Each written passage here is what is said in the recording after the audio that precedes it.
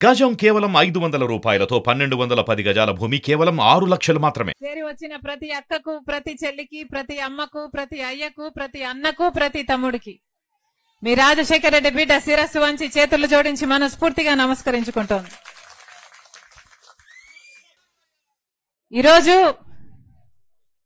ఇక్కడ ఒక రచ్చబండ కార్యక్రమం ఏర్పాటు చేయడం జరిగింది. ఈ రచ్చబండ కార్యక్రమం కోసం మీరందరూ మీ పనులు మానుకొని సమయం చేసుకొని ఇక్కడికి వచ్చారు. ప్రతి ఒక్కరికి మనస్ఫూర్తిగా కృతజ్ఞతలు చెప్పుకుంటున్నాం. ఇలాంటి ఒక రచ్చబండ రాజశేఖర రెడ్డి గారు ముఖ్యమంత్రిగా ఉన్నప్పుడు రెండోసారి ముఖ్యమంత్రిగా ఎన్నికైన తర్వాత ఇలాంటి ఒక రచ్చబండకే రాజశేఖర రెడ్డి గారు వెళ్తూ హెలికాప్టర్ లో మరణించడం జరిగింది. రాజశేఖర రెడ్డి గారు ఎప్పుడూ ప్రజల మనిషే.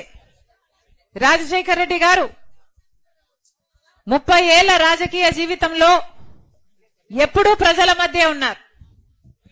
ముఖ్యమంత్రిగా 5 సంవత్సరాలు ఉండి ఆ 5 సంవత్సరాలు కూడా ప్రజల నాడి తెలుసుకొని అద్భుతంగా పరిపాలన చేశాడు. అద్భుతమైన పథకాలను అమలు చేశాడు.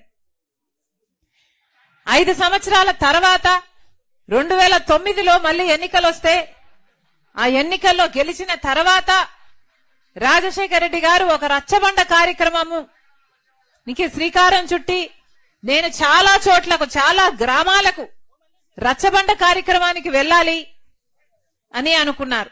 ఇలాంటి ఒక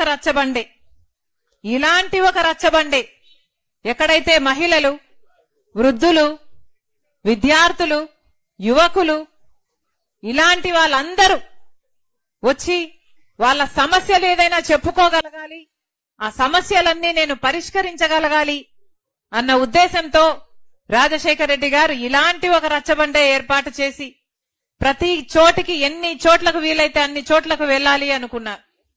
ఆ రోజు రాజశేఖర రెడ్డి గారు నాతో చెప్పిన మాట, బిడ్డా నేను రచ్చబండకు వెళ్తున్నాను, రచ్చబండలో ప్రజలను కలవాలి, ఆ ప్రజలకు ఇంకా ఏమైనా సమస్యలు ఉన్నాయా అంటే ఒక చెయ్యి కూడా లేవకున్నంతగా నేను అన్ని సమస్యలను పరిష్కరించాలి.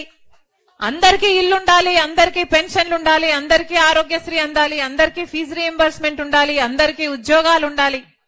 వాళ్ళ సమస్యలన్నీ కనుక్కొని మరి పరిష్కరించడానికే ఈ రచ్చబండ అని బయలుదేరి వెళ్లిన మనిషి మళ్లీ వెనక్కి రాలేదు.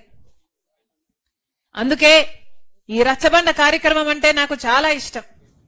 ఈరోజు ఇలాంటి రచ్చబండ మీ మధ్య గడపడం చాలా సంతోషంగా ఉంది.